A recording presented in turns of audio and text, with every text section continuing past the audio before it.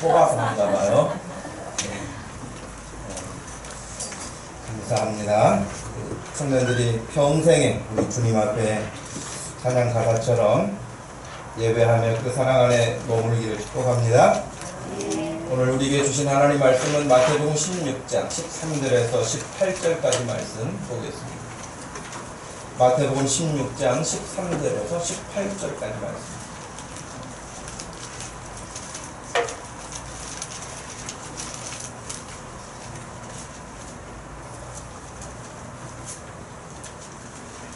찾으셨으면 우리 한 목소리로 말씀 읽도록 하겠습니다. 예수께서 빌립보 가이사랴 지방에 이르러 제자들에게 물어 이르시되 사람들이 인자를 누구라 하느냐 이르되 더러는 세례 요한 더러는 엘리야 어떤 이는 예레미야나 선지자 중에 하나라 하나이다.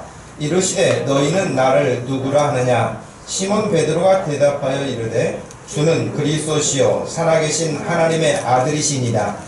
예수께서 대답하여 이르시되 바요나 시몬아 내가 복이 있도다. 이를 내게 알게 한 이는 혈육이 아니요 하늘에 계신 내 아버지시라. 또 내가 내게 이르노니 너는 베드로라. 내가 이 반석 위에 내 교회를 세우리니 음부의 권세가 이기지 못하리라. 아멘. 아멘을 더 크게 합시다. 아멘. 아멘. 네. 내가 내 교회를 세우리라. 제목인데요. 오늘 말씀 18절 말씀에 나오는 말씀이죠. 누가 교회를 세운다고요? 그 내가가 누구예요? 예수님이시죠. 예수님이 말씀하시기를 내가 내 교회를 세운다. 이건 진리이죠. 세상의 그 어느 교회도 주님의 교회가 아닌 경우는 없죠. 다 예수님의 교회고 예수님이 세우는 교회죠. 그런데 꼭 그렇게만 생각할 수 없다고도 보이는 가운데 하나는 뭐냐면 여러분 사탄은 예수님이 하시는 것을 꼭 그대로 흉내내서 모방합니다. 가짜를 만들어냅니다. 우리 세상 살면서도 여러분 부자가 아닌 경우들은 유명한 명품을 갖고 싶은데 갖지 못하면 짝퉁이라고 사잖아요. 짝퉁이 진짜 같은 것이 얼마나 많습니까? 사람들이 본사 직원도 구분을 못 해낼 정도라고 하니까 얼마나 정교한지요. 교회도 마찬가지인 것 같아요. 예수님이 내가 내 교회를 세우래서 예수님이 세운 교회가 있는데 그대로 모방해서 악한 영 사탄이도 유사 교회를 만들어서 많은 사람들을 미혹해요. 우리가 이 사실을 잊지 말아야 합니다. 오늘 이 말씀에서 다른 부분들은 우리가 접어두고 특별히 교회에 대한 부분을 생각하려고 합니다. 아마 이 말씀도 수없이 많이 들었던 말씀이죠. 오늘 말씀에서 교회라고 하는 단어가 나오는데요. 내가 내 교회를 세울 것이라고 하셨던 18절 말씀이 있는데 공관복음, 마태, 마가, 누가, 요한복음에서 교회라는 단어는 딱 두 군데밖에 안 나와요. 이 마태복음 16장에 나오고요. 또 한 번이 더 나오는데 그것은 마태복음 18장 17절에 나와요. 두 번밖에 나오지 않는데 오히려 어떻게 보면 교회라고 하는 부분이 굉장히 강조될 것 같은데 그렇지 않은 부분이기도 하죠. 여러분 교회 그러면 우리는 이제 뭐 성경 공부 시간을 통해서나 다른 어떤 기회를 통해서 교회가 무엇인지 교회, 예배당, 성전 이런 개념을 정리하는 때가 있지 않습니까? 구약에서는 성전이라고 했죠. 신약에서는 우리가 드리는 이 시대에 이 예배당이라고 하죠. 이걸 성전이라고는 하지 않죠. 예배당이라고 하죠. 그럼 또 교회라고 하는 건 뭔가? 세상 사람들에게 일반 사람들에게 전도하면서 목동 주심교회 어디가 있어 이렇게 말하잖아요. 근데 예배당이 여기 있다는 것을 말하는 것이죠. 근데 사람들에게 다 그것을 구구절절하게 설명할 수 없다 보니 그냥 목동 주심교회가 어느 지역에 있습니다라고 이렇게 장소를 이야기할 때 이 예배당을 말하게 되는데 그러다 보니까 사람들이 예배당하고 교회하고 혼란스러워하는 것 같아요. 그것을 착각하고 있거나 오해하는 경우가 있는 것 같아요. 그래서 막 예배당을 구약의 성전처럼 하기 위해서 애를 쓰는 경우들이 있는데 전혀 그렇지 않다고 하는 것을 먼저 기억할 필요가 있습니다. 그러면 교회라고 하는 그 단어를 우리가 생각해 보려고 하는데, 그냥 쉽게 이야기할 때는 흔히 말하는 에클레시아라고 그렇게 이야기를 하죠. 택함을 받았다, 단순한 의미로 부름받았다, 그런 뜻인데, 성경에서는 하나님으로부터 부름받은 사람들로 우리가 정의를 해요. 신학적으로도 그렇고 성경의 전체적인 내용을 정리할 때 교회라는 하나님으로부터 부름받은 사람들의 모임을 교회라고 하죠. 그것을 에클레시아라고 하는 단어를 쓸 때에 그렇게 하는데, 우리는 이제 교회라고 하는 이 단어가 사실은 한문 그 영향하에서 번역을 했기 때문에요. 한자로 여러분 교회 그러면 뭡니까? 가르칠 교자에다가 모일 해자예요. 그러면 가르치고 모이는 곳이 우리가 말하는 교회만 있습니까? 학교도 여러분 모이잖아요. 거기서 가르침을 받잖아요. 그러면 거기도 굳이 말한다면 한자식으로 풀이한다면 교회가 될 수 있는 거 아니겠어요? 다른 데도 다 마찬가지. 뭘 가르치느냐에 따라서는 다를 수 있지만 교회라고는 할 수 있는 거예요. 그래서 종교개혁의 본산지였던 독일에서는 이 교회라고 하는 단어를 조금 다르게 쓰는데요. 그 교회라고 하는 단어를 키회라고 하는 단어를 쓰는데, 이것은 주님께 속한 혹은 예수님께 속한 사람들의 공동체, 이런 의미로 아예 그렇게 번역을 했어요. 교회라고 하는. 그러니까 사람들이 오해하지 않을 수 있죠. 그 단어, 키회라고 하는 이 단어 자체가 주님께 속한 사람들의 모임, 이렇게 아예 처음부터 번역이 돼 있고, 그러면은 사람들이 예배당하고 교회하고는 정확하게 구분할 수가 있겠죠. 그런데 이 교회라고 하는 것, 주님으로부터 부름받은 사람들이 모여있는 이 사람들, 이 교회를 주님이 말씀하시기를 내 것이라고 말씀하셨고, 내 교회라고 말씀하셨고, 그 교회를 내가 세운다고 말씀하신 거예요.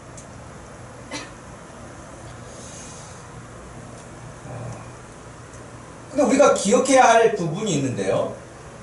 흔히 말하는 예배당을 하나 어디 구입을 해서 십자가를 달고 교회 간판을 달고 그러면 거기가 교회가 되는가? 그럴 수는 없다고 생각을 해요. 단순히 어떤 외형적인 장소를 구입하고 외적인 어떤 형식을 갖추고 있다 해서 그것이 교회라고 말할 수는 없다고 하는 것입니다. 교회가 될 수 있는 유일한 근거를 오늘 말씀에서 하셨는데요. 예수님이 말씀하시기를 내가 내 교회를 세우리라고 말씀하셨을 때에 어디다 그 교회를 세운다고 하셨죠? 예. 18절 보시면 내가 네게 이르노니, 베드로에게 하신 말씀이잖아요. 너는 베드로라. 베드로라는 말 자체는 페트라라고 해서 반석이라는 뜻인데요. 반석이라고 하기보다는 더 정확하게는 바위라고 말을 해야 돼요. 집을 짓다 보면은 얼마나 큰 어마어마한 건물을 올린다 할지라도 무너지지 않을 수 있는 튼튼한 기초를 하고 있는 그 바위, 기초석의 의미가 페트라라고 할 수 있습니다. 그런데 예수님께서 베드로를 향하여서 너를 앞으로 베드로라고 할, 반석이라고 할 것이다. 내가 이 반석 위에 내 교회를 세운다 하는 이 말씀이 굉장히 중요한 부분인데요. 베드로 위에 어떻게 세우겠습니까? 문자적으로 본다면. 베드로가 기초석이 될 수는 없잖아요. 그죠? 뭐 베드로를 거기다 매장해가지고 그 위에다가 뭐 예배당을 세운다, 이 말도 아니잖아요. 지금 이 말씀은 그 앞에 연결된 16절과 연결되어 있죠. 시몬 베드로가 대답하여 이르되 주는 그리스도시요 살아계신 하나님의 아들이십니다 라고 고백을 했을 때에 바로 그 고백 위에, 이 반석 위에라고 하는 말은 그 베드로가 했던 고백 위에 내가 내 교회를 세우겠다라고 하는 것이에요. 그래서 유일하게 교회의 한 지체가 될 수 있는 길이 있다면, 조건이 있다면 그거예요. 누구나 교회에 올 수 있습니다. 그러나 누구나 교회를 이룰 수는 없습니다. 다시요? 지나가는 사람 전도해가지고 교회를 소개해가지고 데리고 올 수 있습니다. 예배당에. 그렇게 해서 그 사람이 교회가 되는 건 아닙니다. 누구나 교회를 올 수 있지만 교회가 되는 것은 유일하게 한 가지 조건에 통과해야 되는데, 그것은 주는 그리스도시요 살아계신 하나님의 아들이라고 고백하고 자기 고백이 돼야 됩니다. 그냥 앵무새처럼 학습해가지고 말하는 게 아니라 진짜 주님이십니다. 예수님은 진짜 그리스도십니다. 예수님이 진짜 하나님의 아들이십니다. 자기 입으로 자기 신앙 고백했을 때라야 그 사람이 교회의 한 몸이 되는 거예요.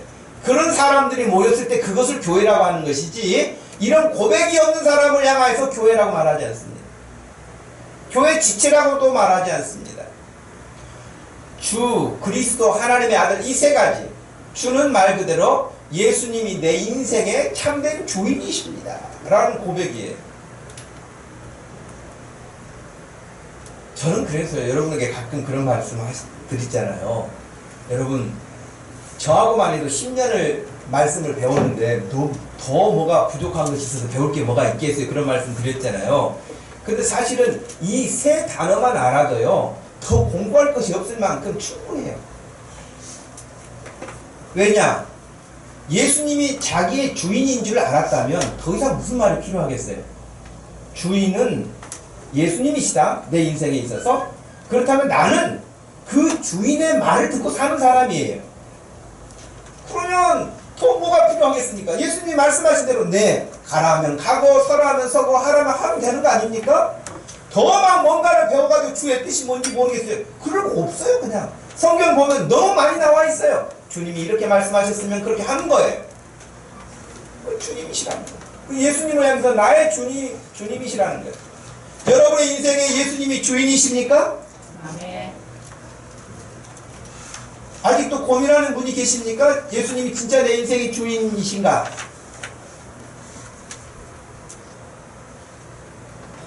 여러분이 성찬식에 참여하면서 성찬의 떡과 포도주를 대하는 것은 주님과 내가 하나입니다 라고 하는 그런 뜻이에요. 하나입니다. 내가 주님의 한 몸입니다. 그런 뜻이란 말이죠. 그렇게 고백했다면 그렇게 고백한 대로 살면 되는 거 아니겠어요? 복잡하지 않아요. 예수 믿는 거 복잡하게 생각할 거 없어요. 그냥 예수님과 나는 한 몸이다. 안세진? 예수님과 한 몸인 줄로 믿습니까? 네. 정신을 바짝 차려야 될 거예요. 진짜 예수님과 내가 한 몸인가? 라고 했을 때는 어떻게 살아야 되는가? 안세진만 그런 게 아니라 여기 있는 모든 사람들 다 마찬가지라고 생각해요. 그 한 가지만 명확하게 고백한다 할지라도 매일 일어나서 주님, 오늘은 제가 어떻게 살까요? 그렇게 물어보는 거 당연하지 않겠습니까? 왜? 그분이 내 인생의 주인이신데 내 마음대로 삽니까? 그러지 않아요. 그러니 교회의 한 지체가 되고 교회를 이룬다고 한다면 그 교회를 이루는 사람들은 공통적으로 예수님을 주인으로 알고 그 주인의 음성을 듣고 그 주인께 늘 물어보고 그 말씀을 들은 대로 네, 그렇게 하겠습니다 라고 순종하는 거예요. 두 번째는 그리스도라고 그랬죠. 베드로가 지금 고백한 거예요. 그리스도, 예수님이 나를 구원하기 위해서 오신 구원자입니다, 메시아입니다 라는 거예요. 사람들은 다양한 종교를 문을 두드리면서 거기에 무슨 진리가 있는 것처럼 생각하고 거기를 찾아가고 연구하고 고민하죠. 그러나 여러분, 우리에게, 인류에게 인생에 있어서 유일한 구원의 길은 예수 그리스도밖에 안 계십니다. 성경의 사도행전 4장 12절 말씀에서도 분명하게 말씀하셨어요. 다른 이로서는 구원을 얻을 수 없나니 천하 인간의 구원을 얻을 만한 다른 이름을 우리에게 주신 적이 없다. 오직 예수님뿐이라고 말씀하신 거예요. 내가 길이다, 내가 진리다, 내가 생명이다, 나로 말미암지 않고는 아버지께로 갈 자가 없다. 분명히 말씀하셨어요. 주 예수를 믿으라. 그러면 너와 내 집안이 다 구원을 얻게 될 것이다. 예수님밖에 없는 거예요. 그러니 예수 그리스도가 나를 구원하신 분이다. 세 번째는 그 예수 그리스도는 단순히 요셉 혹은 마리아의 아들이 아니라 하나님의 아들, 사람으로 나를 구원하시기 위해서 이 땅에 오신 하나님의 아들이심을 명확하게 하는 거예요. 이 세 가지만 명확하게 날마다 인식하고 산다면은요, 함부로 못 살걸요? 그분이 나를 구원해 주셨는데, 하나님의 아들이 이 땅에 오셨는데, 나 같은 자를 구원하려고. 그분이 오셔서 나를 구원하려고 십자가를 지셨는데, 그분이 나를 구원하려고 십자가에서 죽으셨는데, 죽으신만 아니라 다시 부활하셔서 승리해 주셨는데, 그렇다면 그 이후에 예수 그리스도를 주님으로, 그리스도로, 하나님의 아들로 믿고 있는 내가 어떻게 살 것인가는 답이 나오지 않겠습니까? 자상하게 뭘 설명하지 않아도 답이 다 나올 줄 알아요. 근데 문제는 뭐냐면 사람들 이걸 몰라요. 예수님이 주님이신지 몰라요. 예수님이 그리스도신지 몰라요. 예수님이 하나님의 아들이신지 몰라요. 지금 우리가 고백하고 있는 대로 알고 있는 것처럼 사람들이, 이 지나가는 사람들이 안다면요, 놀랄 거예요. 그리고 하나님 앞에 나올 거예요. 근데 전혀 모릅니다. 진짜 몰라요. 여러분, 오늘 말씀에서도 그러지 않았습니까?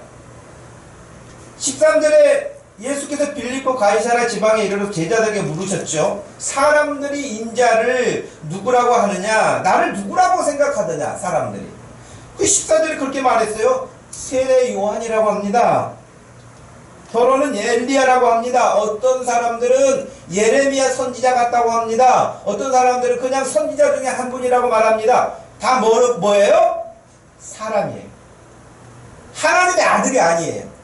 사람인 거예요. 그리스도가 아닌 거예요. 구원자가 아닌 거예요. 선지자인 거예요. 주님이 아니에요. 하나님이 보내신 그냥 선지자인 뿐이에요. 예레미야나 엘리야나 선지자나 이런 사람들과 근본적으로 예수님이 다른 것은 그분은 주님이시고 그분은 그리스도시고 그분은 하나님의 아들이신 거예요. 근데 이걸 일반적으로 모른다니까요, 사람들이. 그럼 여러분 어떻게 하셨어요? 여러분 어떻게 하셨죠? 어떻게 예수님이 여러분의 주인인 줄 알았어요? 어떻게 예수님이 여러분의 구원자라고 하셨어요? 어떻게 예수님이 여러분을 구원하기 위해 오신 하나님의 아들이라는 사실을 알게 됐느냐 말이에요. 어떻게 해서?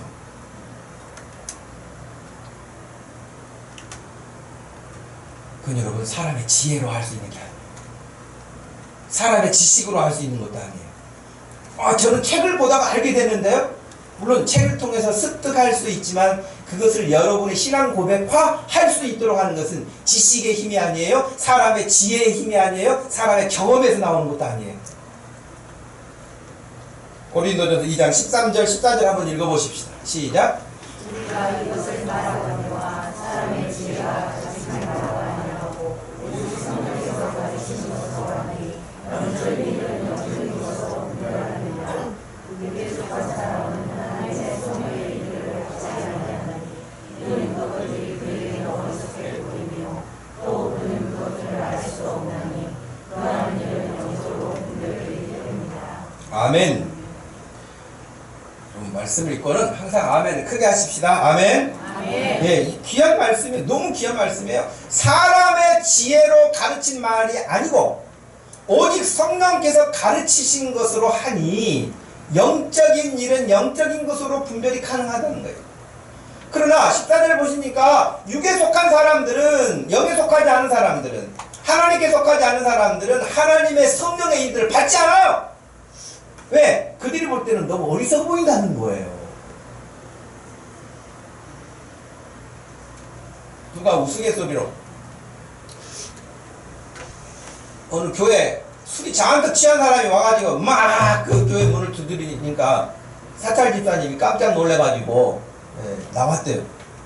나와가지고 무슨 일이냐고 막 그러니까 이 술 취한 사람이 뭐 들은 건 있는지 어떤지 그래가지고 아 여기 뭐 하나님이 계신다는데 좀 만나려고 왔습니다. 그럼 문 좀 열어주세요. 그랬더니 사찰 집사님이 그런 분 여기 안 계세요.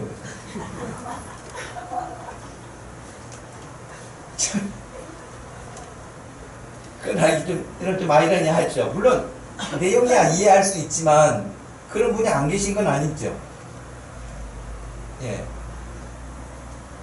여러분 세상 사람들 눈에는요 성령을 받지 못한 사람은요 성령의 감동이 없는 사람은요 아무리 말을 해줘도 지금도 들리지가 않을 거고요. 지금 이 시간에도 하나님을 사모하고 영적으로 살아있는 사람은 말씀이 그냥 단비를 받듯이 귀에 들어올 거예요. 이건 여러분 다른 방법이 없어요. 제가 막 소리를 뭐 제수천을 많이 써서 여러분들에게 호소력이 있게 된 것이 아니고 제가 그냥 거의 졸리는 톤으로 이야기를 한다 할지라도 성령의 감동함을 받는 사람들의 마음에는요 말씀이 전혀 손색함이 없이 그대로 마음에 가요. 저도 그런 경험을 했거든요. 제가 은혜 받을 때에 그분이 뭐 대단하게 뭐 웅변조로 말을 하고 뭐 목소리가 좋아가지고 그냥 저음으로 해서 사람들이 감성 있게 듣고 그래서 그 메시지를 듣는 게 아니고 그건 다 기타적인 거예요. 그 내용 전하는 내용을 가만히 듣고 있으면 너무 은혜로워요. 너무 기회예요. 너무 감사해요. 여러분 아무도 아멘 안 할 줄 알았어요. 그럴 때는 여러분 나도 그런 믿음을 달라고 여러분 아멘 하셔야 돼요. 그런 믿음이 돼야 돼요. 그래야 여러분의 삶이 활력 있게 하나님을 섬기는 것이지 그렇지 않으면 끌려다닌단 말이죠. 의무감에 젖어 있죠. 사람들 눈치 보게 되죠. 그렇게 되는 거예요. 신앙생활이. 그러지 않아요. 육에 속한 사람은요 다 어리석게 보이는 거예요. 미련해 보이는 거예요. 시간 낭비로 보여요. 다 허비처럼 보이는 거예요. 아무것도 보이는 게 없으니까 들리는 게 없으니까. 그래서 이런 일은 영적인 일이기 때문에 영적으로나 분별이 가능하다 그렇게 말씀하셨어요. 고린도전서 12장 2절 3절도 한번 읽어보십시다. 너희도 알거니와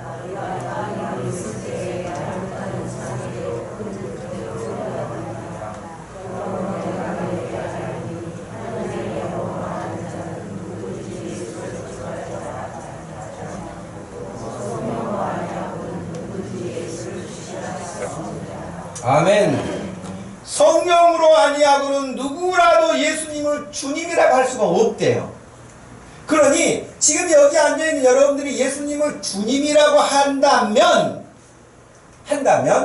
여러분에게는 이미 성령님이 오신 거예요. 성령님이 오셨을 뿐만 아니라 성령님이 여러분에게 그런 고백을 할 수 있도록 지혜를 주신 거라는 거예요. 예수님이 나의 주인이신 것을, 예수님이 나의 그리스도 되신 것을, 예수님이 하나님의 아들 되신 것을 그 성령님이 여러분에게 확신을 주셨기 때문에 그렇게 할 수 있는 거예요.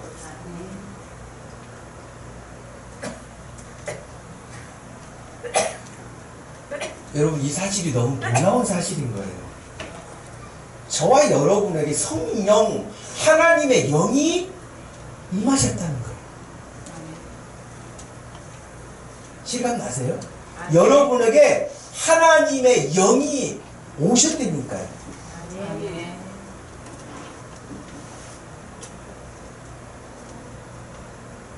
그래서 우리 신학 공부할 때도 그 교수님이 이런 이야기를 한 적이 있어요.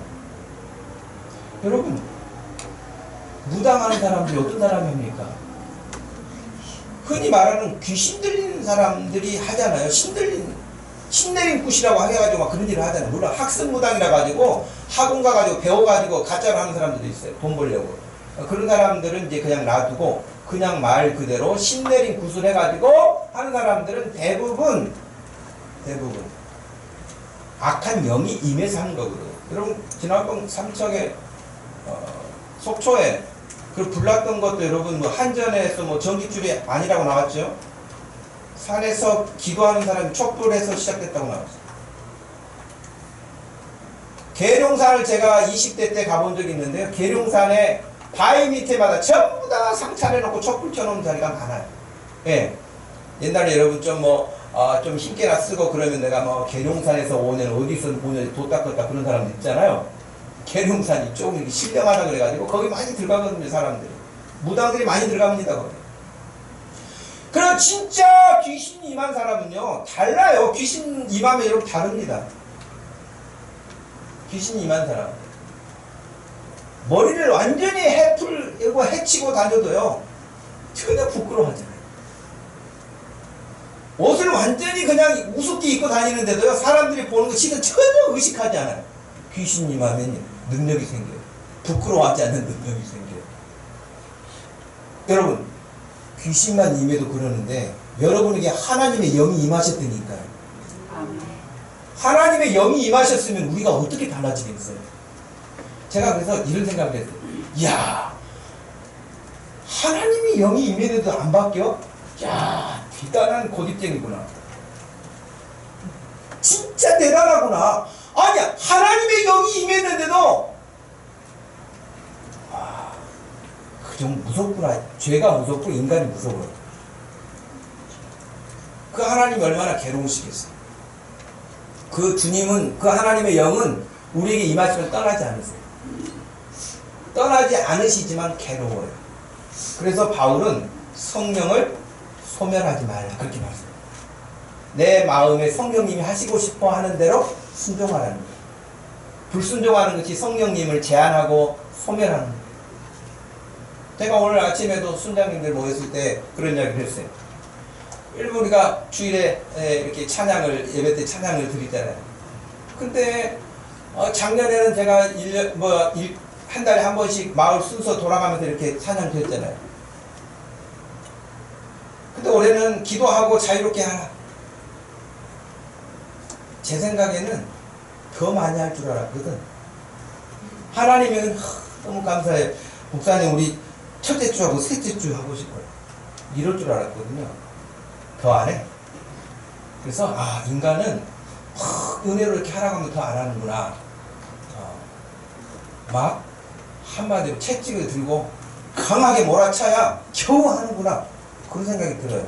여러분 그렇게 하고 싶어요? 그러지 않기를 바랍니다. 그래서 제가 그랬어요.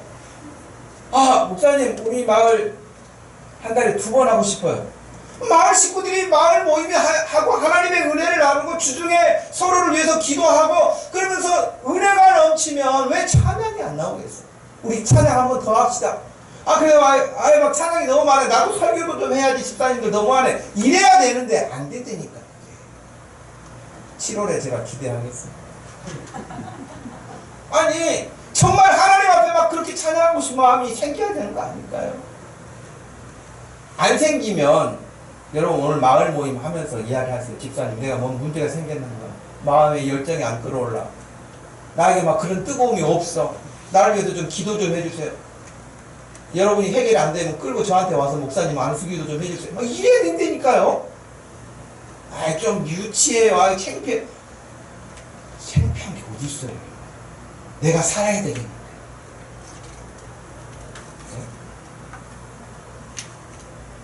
그런 하나님의 영이 내게 임하셨다는 사실 너무 놀라운 일인 거예요.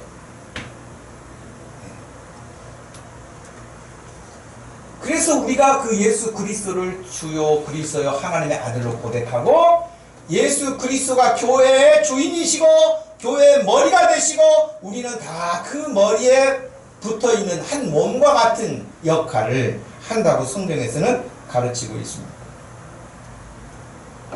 우리는 그걸 기억해야 돼요. 나 같은 사람이 어떻게 해서 하나님의 자녀가 됐는지, 하나님의 백성이 됐는지, 나를 불러주셨는지, 그리고 동시에 제가 오늘 말씀 보면서 그런 생각이 했거든요. 내가 내 교회를 세운다고 그랬으니까 그럼 우리는 뭐 할 건가? 내 교회라고 예수님이 말씀하셨고 그 교회도 내가 세운다고 말씀하셨으니까 그러면 나는 뭐 할까 하는 거예요. 근데 여러분 내 교회가, 예수님이 말씀하신 내 교회가 어디 있어요? 예수님이 말씀하신 내 교회를 내가 세운다고 말씀하셨는데 그 내 교회가 지금 여기 내 교회잖아요. 예수님이 말씀하신 내가 세운다고 그랬는데 예수님이 머리시라고 그랬잖아요. 성경에. 우리는 예수님의 몸에 붙어있는 어떤 사람은 팔 역할, 다리 역할 하면서 다 그런 은사대로 지체가 되어가지고 지금 한 몸을 이루고 있다. 그렇게 돼 있잖아요. 그러면 내 교회를 내가 세운다 했을 때 머리이신 예수님께서 계속 말씀을 우리에게 여러분 움직일 때, 여러분 행동할 때 머리에 생각이 없이 계획을 세우고 어디를 가고 오고 그러잖아요. 가다 보니까 학교고 가다 보니까 집이 나오고 가다 보니까 회사가 나와요? 그러지는 않잖아요. 내가 회사 출근해야겠다 그런다든지 머리에 다 생각을 하고 가죠. 심지어는 어떤 것도 계획까지 세우죠. 그 계획도 세워놓고 안 잊어버리려고 알람까지 해놓고 알림도 듣죠. 그 계획을 하고 간다니까요. 그러면 성경에서 예수님이 머리시잖아요. 머리가 우리에게 말씀을 계속 해주시잖아요. 계획을. 그러면 그 다음에 우리가 그 계획에 따라 움직이는 거잖아요.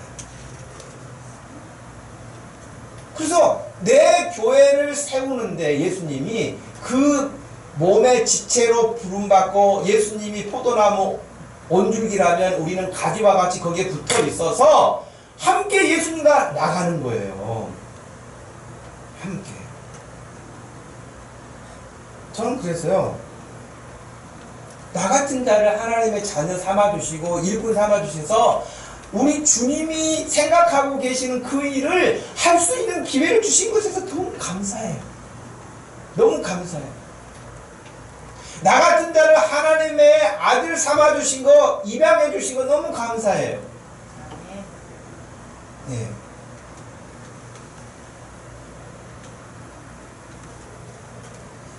여러분 이 사진 보면은 무슨 생각이 금방 듭니까?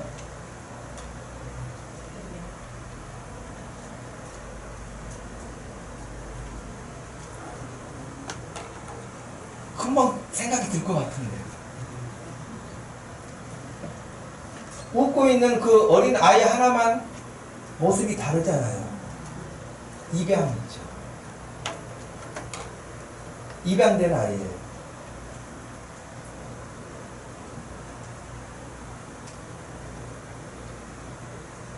맨 앞에 지금 있는 아이 모리 감독이라고 우리 한국인인데요.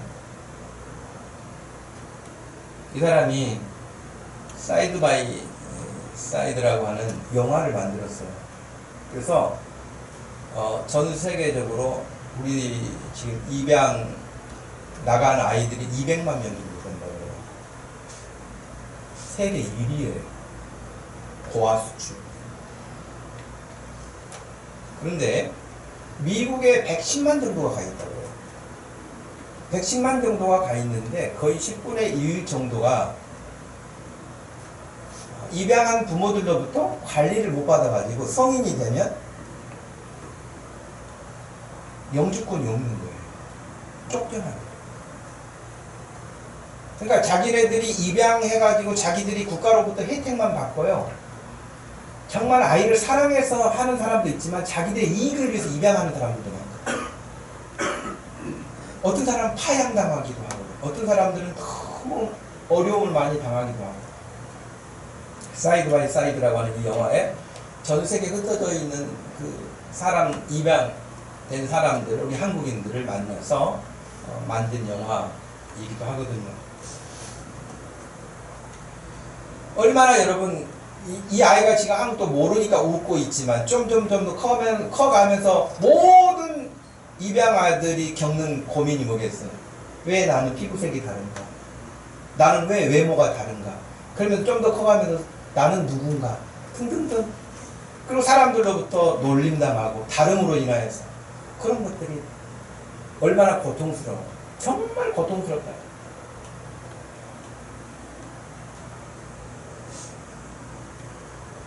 여러분, 우리는 어디서부터 입양받은 거예요? 우리가 하나님을 몰랐었잖아요. 우리가 하나님을 몰랐을 때 전에 어디 있었어요? 사탄의 지배하에 있었어요. 악한 영의 사탄이가 지배하고 있는 가치관에 그 문화에 종속돼가지고 그것으로 살고 있었던 거예요. 그리고 그 끝은 파멸이에요. 멸망이에요. 그런데 거기서 건지신 거예요. 나를 거기서 건져서 하나님의 아들과 딸이 되게 한 거예요. 입양된 거예요. 하나님의 백성으로. 할렐루야. 그런데 우리를 입양하신 거 하나님은 어떤 분이세요?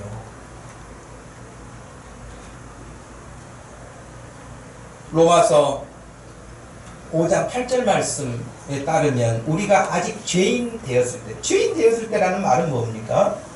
하나님의 자녀가 아닌 사탄의 종로를 타고 있을 때, 사탄의 종로를 타고 있습니다. 그리스도께서 우리를 위하여 죽으심으로 하나님께서 우리에 대한 자기의 사랑을 확증하셨다.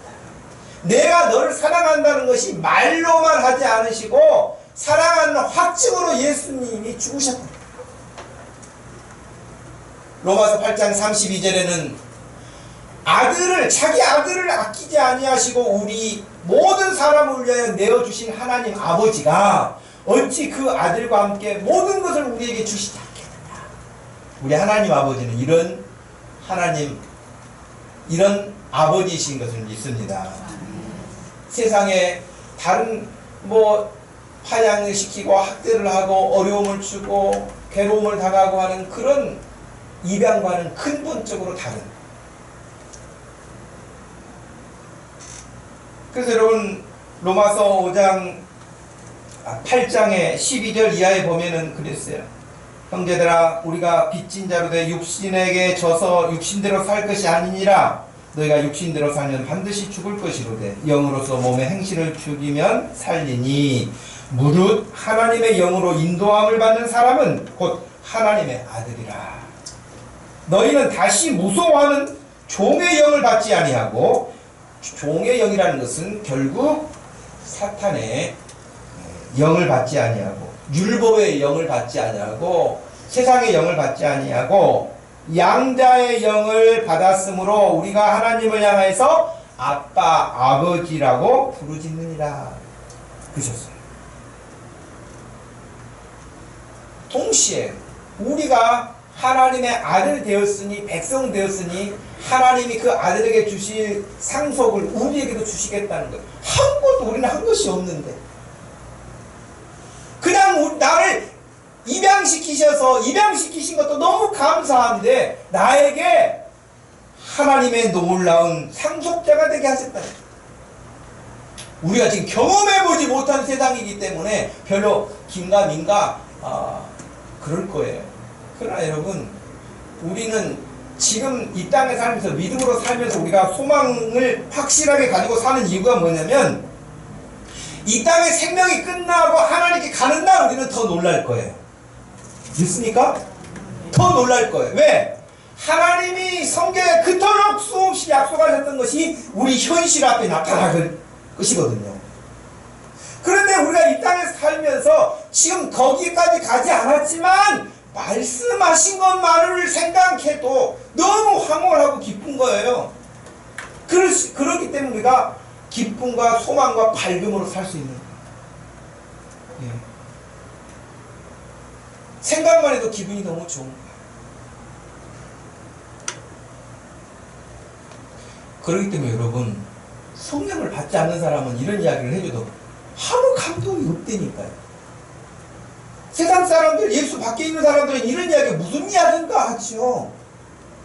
그러나 주의 영이 임하여서 거듭나고 하나님의 자녀가 된 사람들은 이 말이 무슨 말인지 잘 들릴 뿐만 아니라 그 말씀으로 인해서 소망이 생기고 지금 비록 힘들고 지치고 어려울지라도 하나님 앞에 더 용기를 낼 수 있는 그런 인생이 되는 거예요.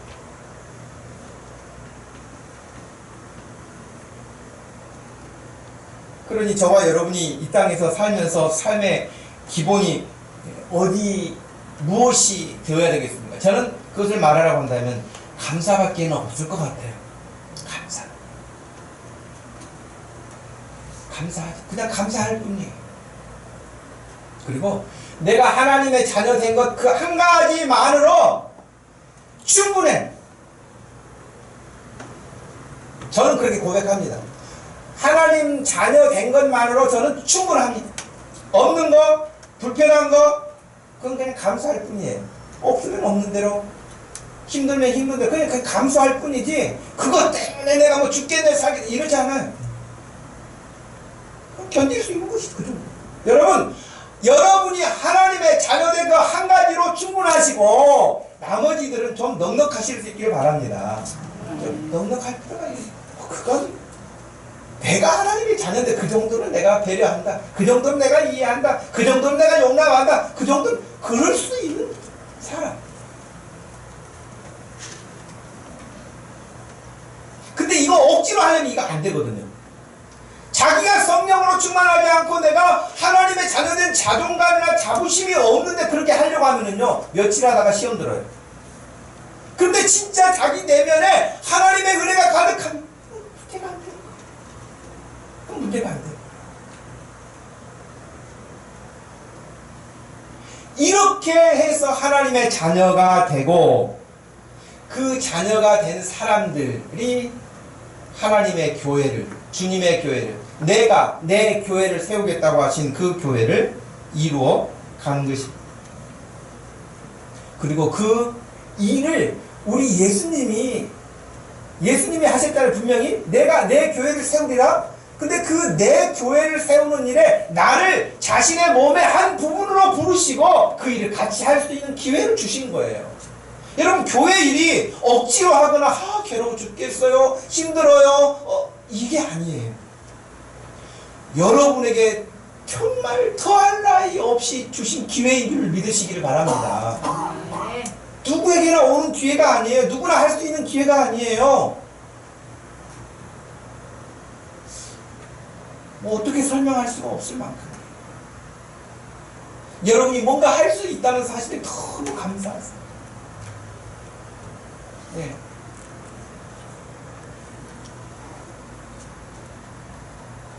그래서 저와 여러분에게 교회로서 사명을 감당할 수 있도록 하나님이 기회를 주신 것이 그리스도인들의 사명이고 소명 아니겠습니까? 여러분 기억하세요. 우리 주님이 교회를 세우시겠다고 했을 때 내가 큰 교회를 세우리라 그렇게 말씀도 않으셨고요.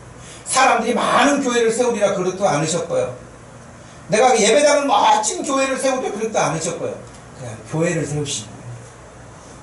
교회를 세운다는 것은 곧 어둠에 있는 자들을 불러내서 접붙이게 하는 것처럼 그렇게 예수님에게 한 몸 이루어서 생명을 얻게 하는 거예요. 살리는 거예요.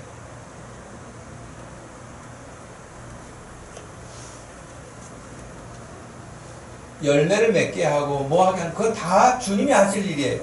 물론 우리가 지혜롭게 해야 될 일도 있으나 그건 주님이 하실 몫이고 우리는 주님이 명령하신 거 있으면 그냥 하는 건데, 그 중에 하나가 복음 전하는 일에 있어서도 우리는 말씀드렸던 것처럼 씨를 뿌리는 거예요. 여러분 지난 한 주 동안 씨를 뿌리셨나요? 복음의 씨를? 누구에겐가 예수님을 말하셨나요? 씨를 안 뿌리셨다면 직무유기고요. 직무유기고, 그리고 주님이 나를 그렇게 험한 멸망에서 건져내셔서 주님의 백성 삼아주시고 나에게 주의 영광스러운 그 일을 할 수 있는 기회를 만들어 주셨는데 그것을 내버린 거랑 똑같은 거예요. 여러분 이번 주에 반드시 다른 사람에게 예수님을 전하는 입이 열리기를 축복합니다. 복음의 씨를 뿌리세요. 그것을 위해서 우리를 부르셨어요. 그것을 위해서 우리에게 은혜를 주신 거예요. 그것을 위해서 이 시간을 우리에게 주시는 거예요. 목사님 저 너무 바빠요. 전도 나갈 시간이 없어요. 여러분 전화라도 하세요. 누구에게 생각나는 누구에게 전화라도 하세요. 전화하기 쑥스러우면 길거리라도 나오세요. 아니면 그것도 어려우면 우리 교회 다니다가 지금 못 나오고 있는, 안 나오고 있는 사람 누군가 찾아가지고 그 사람에게라도 하세요. 반드시 누구에겐가 복음을 전하고 권면하고 예수 그리스도를 증언할 수 있기를 축복합니다. 그래서 여러분 그렇게 하나님의 은혜로 구원받은 사람들이 모여있으니 여기는 다 할렐루야예요. 할렐루야. 너도 구원받았고 나도 구원받았고 옛날에 그런 복음성가도 있었잖아요. 나 구원받았네, 너 구원받았네, 우리 구원받았네, 할렐루야 막 그랬는데 정말 그렇지 않습니까? 여기 있는 저와 여러분이 다 그렇게 구원받아서 너무 다 구원의 감격함을 가지고 있는 사람들 아니에요. 그러니 봐도 너무 감사하죠. 너무 감사하고 고맙고 그 교회인이 얼마나 이 교회를 자랑하고 서로 칭찬하고 서로 격려하고 그러면서 하나님의 나라가 세워져 갈 수 있는, 세상에서 경쟁에 시달리고 고통스러워하고 힘들어하고 하는 사람들, 그런 사람들에게 늘 우리 주 예수 그리스도의 평강을, 그리고 약속하신 그 소망을 붙잡고 우리가 함께 나갈 수 있는 그 믿음. 그래서 여러분, 지난주 제가 말씀드렸잖아요. 여러분들이 오늘 이렇게 예배했잖아요. 예배하는 시간이 그냥 우리가 보통 11시에 시작해서 12시 지금 뭐 10분 정도 되어 가는데, 예를 들면 12시 10분, 20분까지 80분을 예배를 드렸다.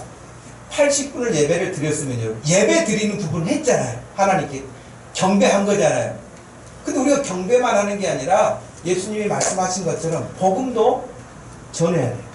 기도도 해야 되고, 교회를 섬기는 봉사도 헌신도 해야 돼요.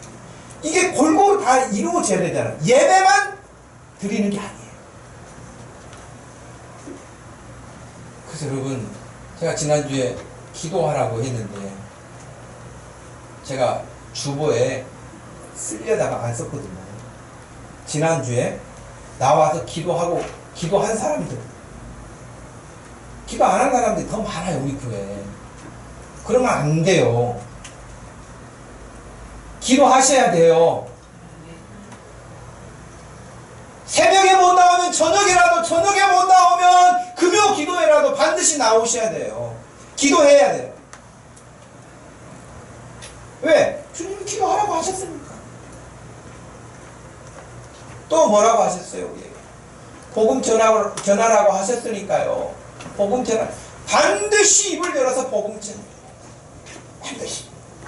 이건 어떤 믿음 좋은 사람, 전도에 은사 받은 사람, 어떤 특별한 사람이 하는 게 아니에요. 그리스도인들, 예수님에게 접붙임 당한 사람들, 그 사람들, 예수님으로부터.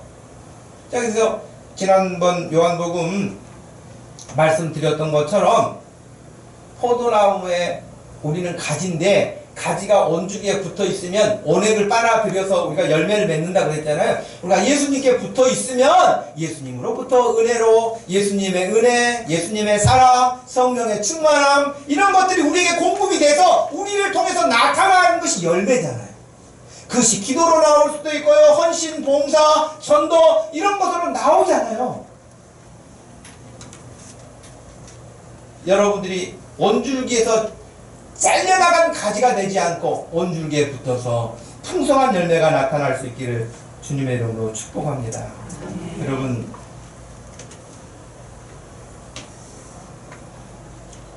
한 가지만 여러분에게 더 말씀을 드리려고 하는데, 그것은 여러분, 사탄이가, 제가 최근에 그런 생각을 하게 됐는데, 지난번에도 모임에서 말씀을 드렸었지만, 사탄이가 우리를 공격하는 것들이 너무 다양하고 교묘하기 때문에 잘 우리가 알아차리지를 못하거든요.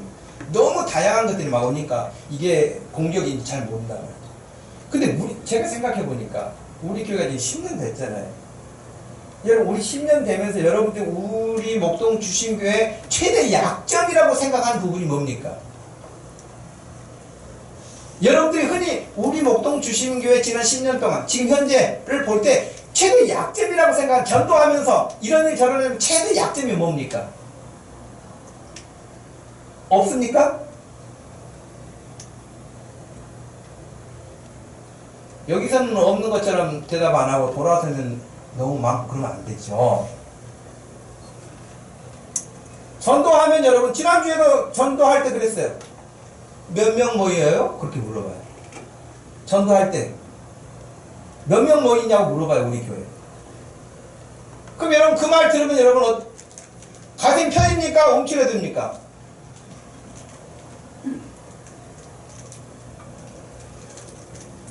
우리는 벌써 우리 스스로가 작은 교회라고 생각해가지고 우리가 움츠러져요. 그럴 필요 없어요. 작은 교회, 상가에 있는 교회, 개척교회, 이제 개척교회라는 말을 쓰지 않죠. 10년이 되는데 아직도 개척만 합니까? 우리가 다른 교회를 또 세웠으면 모르지만. 그러니 그런 여러분, 사탄이가 우리에게 공격하는 것을 그런 것들 갖다 쓰는 거예요. 교회 작다, 상가에 있다, 개척교회다. 그러면서 누군가가, 내가 보니까요, 전도할 때 몇 명 모여 그렇게 물어보는 것은 지금 생각하니까 그건 공격하는 거더라고요. 공격하는 거더라고요. 우리를 움츠리게 하려고 공격하는 거더라고요. 그럴 때 우리가 당당하게, 우리 이렇게 모입니다. 믿음 따라 다 다른 것 같아, 그것은. 어떤 사람은 30명 모인다고 하고, 어떤 사람은 100명 모인다고 하고, 어떤 사람은 할 수도 있어요. 우리 보통 50명 모인다고 그랬죠. 예. 정확하게 숫자 세면 50명 안 될 거예요. 우리 재력이 50명은 됐죠. 돌아가면서 빠지니까 50명이 딱 안 될 뿐이죠. 50명 모입니다. 50명 안 모이면 뭐 40명 모이고 30명 모인다. 왜 말 못합니까? 당당하게 말할 수 있죠. 움츠러드는 거예요. 작은 교회라고. 그런 게 어디 있습니까? 우리 주님은 내가 내 교회를 세우겠다고 말씀하셨지, 내가 상가에 있느냐, 뭐 땅을 샀느냐, 예배당을 가지고 무슨 문제 되지 않아요. 왜 우리가 그런 것에 마음을 빼앗겨서 사탄이가 만들어 놓은 프레임에 딱 갇혀가지고 나오지를 못하는 거예요. 당당하기를 바랍니다. 당당하게 세상을 향해서 우리 주님이 말씀하신 것처럼 분명히 말씀, 오늘 본문에도 그러셨어요. 내가 내 교회를 세울 것인데 음부의 권세가 이기지 못하리라. 음부의 권세가 있다는 거예요. 음부의 권세, 악한 사탄의 방해가 있다는 거예요. 영향이 있다는 거예요. 근데 그것이 이기지는 못한다는 거예요. 할렐루야. 그러니 여러분 당당하게 세상 앞에 설 수 있기를 바랍니다. 우리 교회 자랑할 것이 너무 많습니다. 감사할 게 너무 많습니다. 주님이 함께 계시는데 여러분 왜 자랑할 게 없습니까? 차고 넘치죠. 절대적으로 앞으로 우리 교회가 주님 앞에서 감사와 자랑이 넘쳐나서 사람들 앞에 예수 그리스도를 자랑하고 교회를 자랑하고 하나님 앞에 찬양을 올려드릴 수 있는 그런 교회 되기를 주님의 이름으로 축복합니다. 사도행전에 나와 있는 초대교회 모든 성도들이 그때 예수 그리스도의 그 복음을 듣고 했던 일은 단 한 가지입니다. 사도행전 5장 42절 말씀에 그들이 날마다 성전에 있든지 집에 있든지 예수는 그리스도라고 가르치기와 전도하기를 그치지 아니하니라. 아멘. 한 말씀 더, 사도행전 18장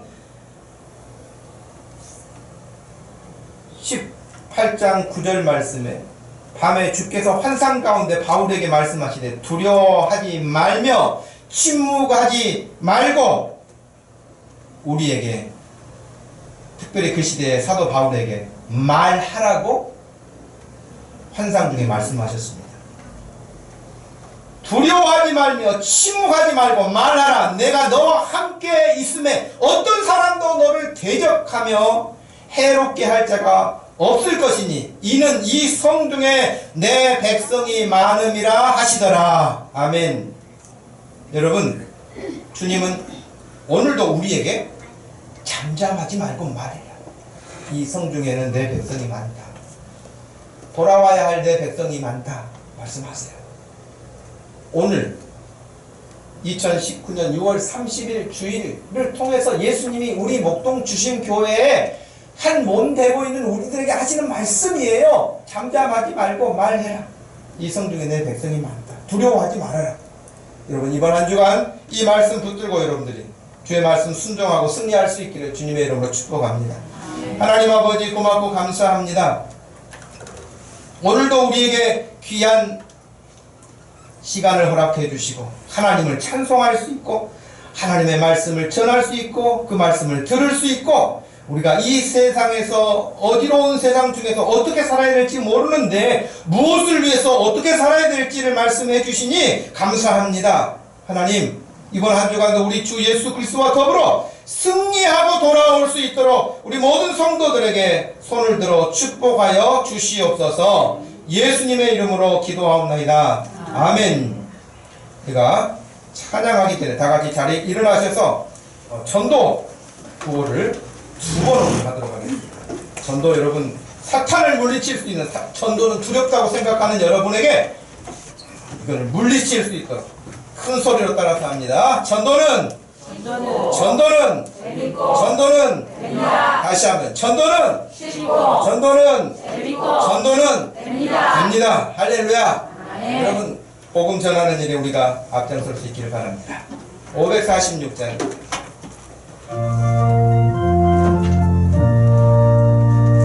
주님 약속하신 말씀 위에서 영원토록 주를 찬송하리라. 소리 높여 주께 영광 돌리며 약속 믿고 굳게 서리라. 굳게 서리 영원하신 말씀 위에 굳게 서리 굳게 서리 그 말씀 위에 굳게 서리라. 주님 약속하신 말씀 위에서 세상 염려 내게 엄습할 때에 용감하게 힘써 싸워 이기며 약속 믿고 굳게 서리라. 굳게 서리 영원하신 말씀 위에 굳게 서리 굳게 서리 그 말씀 위에 굳게 서리라. 주님 약속하신 말씀 위에서 영원하신 주의 사랑이 믿고 성령으로 힘써 싸워 이기며 약속 믿고 굳게 서리라.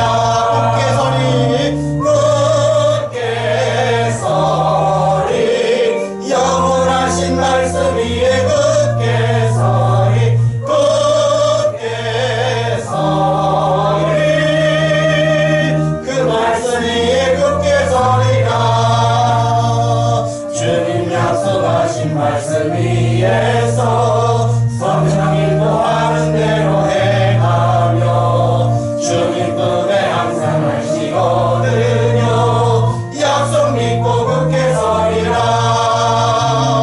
굳게 서리 영원하신 말씀 위에 굳게 서리 굳게 서리